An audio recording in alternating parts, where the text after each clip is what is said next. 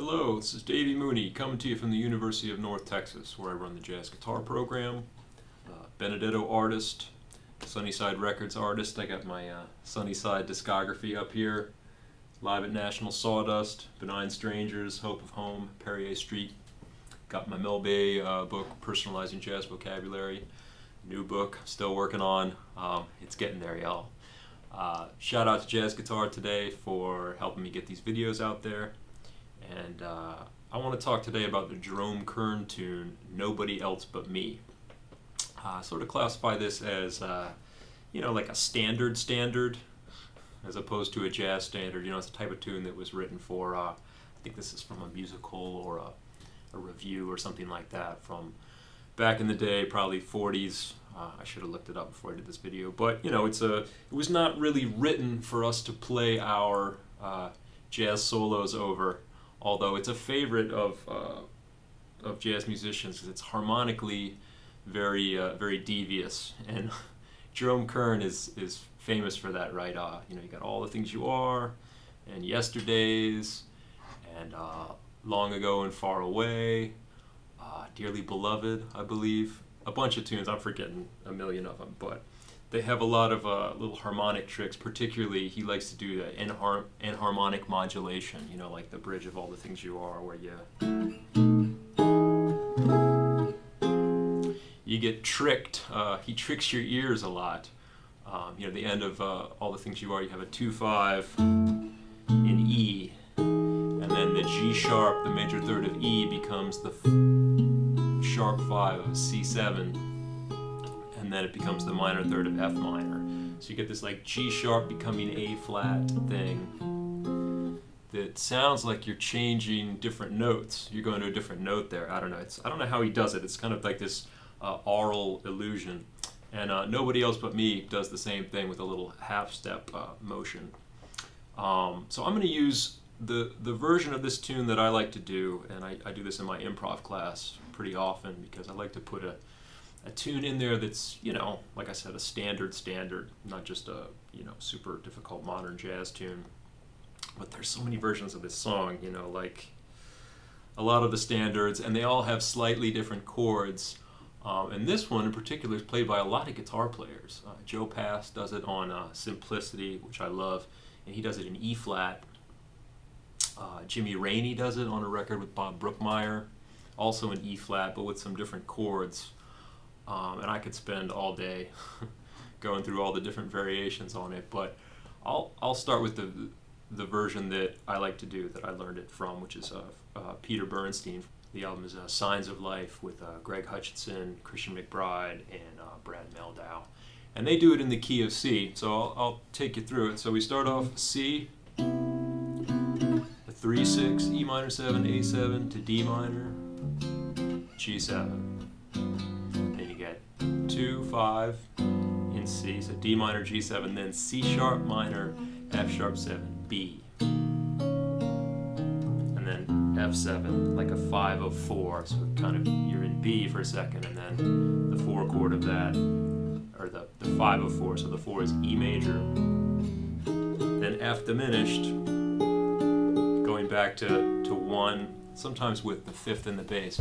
One of the interesting things about this tune is the way Jerome Kern uses diminished chords, passing diminished. So we have E major, which is the 4 chord in the key of B, to F diminished, going back to 1. I like to think of that sharp 4 diminished. I like to convert that, instead of F diminished, to like a D diminished, a 5 of 3.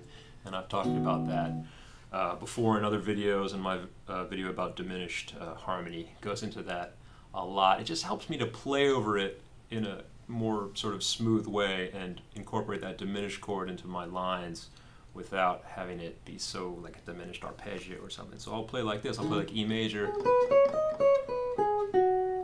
and then I'll play like a B flat 7 sound, resolving to like an E flat minor. It's D sharp minor, but I'm trying to you get to the key of B with all those sharp chords and it gets pretty wacky. So I try to kind of think about it as a flat sound. And I could even think of that, that F diminished going back to B, like E flat harmonic minor. So it's just kind of, again, E flat is the 3 chord in the key of B, and the 3 is so similar to the 1 that you can use them interchangeably. So E major,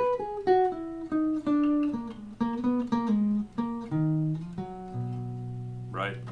So following that, he does another crazy, wacky thing. So we're in B, so he does like a 2-5 of the 6 chord in B after that. So.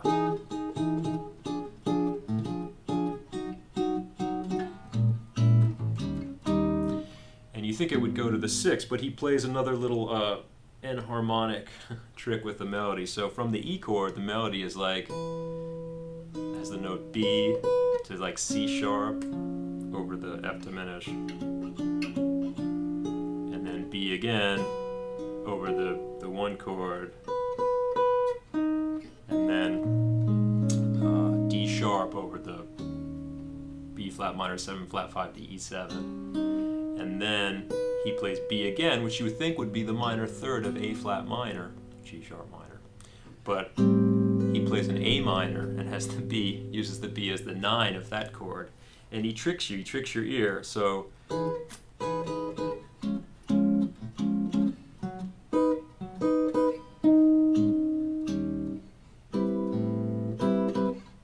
he goes A minor, D7, D minor, G7. Back to C. So yeah, it's kind of a whirlwind of harmony right there.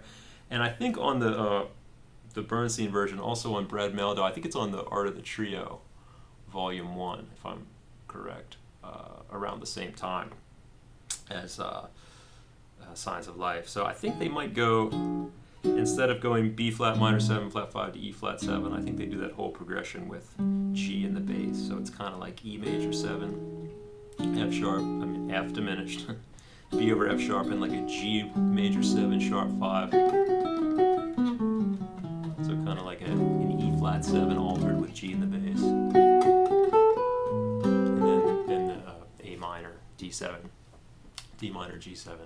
And that brings you back to C for the next part. Somehow.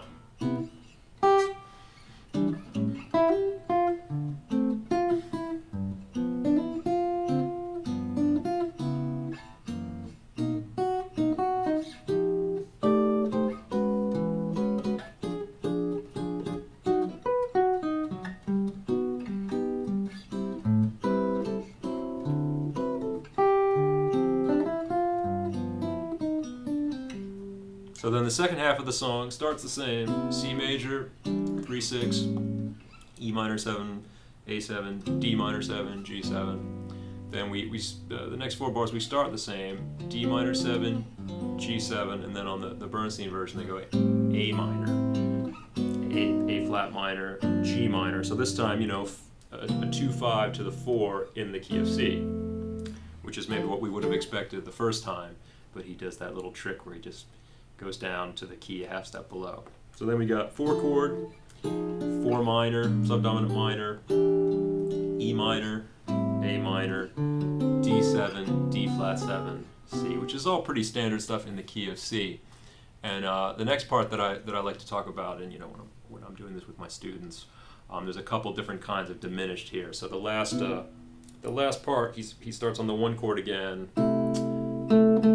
Goes C major, like C major 6 because the melody's on A, to C sharp diminished, which of course is 5 of 2, to a D minor, and then you have that 5 of 3 again, E flat diminished. But it doesn't actually go to the 3 in this version. In some versions, they'll go to the 3 there. The Joe Pass version, he actually treats it basically like the opening of It Could Happen to You, where you have, but he's in the key of E flat, so it's E flat, he goes G minor 7, C7, then the F minor to A minor 7 flat 5, D7, and then goes G minor, C7, F minor, B flat 7, E flat. Same chords as Easy Living as well, that's a pretty common progression, but in the Bernstein version, they go back to the 2, which is very common in jazz standards as well, like the flat 3 diminished, which is 5 of 3, but then instead of going to 3, it goes back to 2. So if I'm trying to play over that, I just convert those dominants or those diminished chords to dominants. I'll think like C major to A7, right? Remember the C sharp diminished? Or if I want to think a scale, I'll play like D harmonic minor, you know?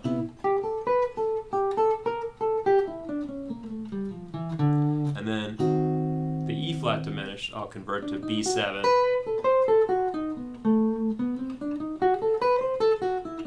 Or E harmonic minor. But then I'll go back to D minor because that's the next chord. You know, I don't have to resolve to E minor.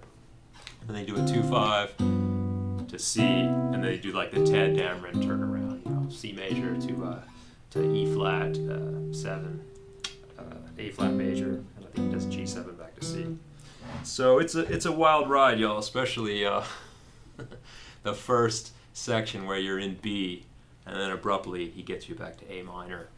I don't really know how, but it's like the end of All the Things You Are. It's still when I hear it or I try to sing it in my head when I'm at the very end of that bridge, you know.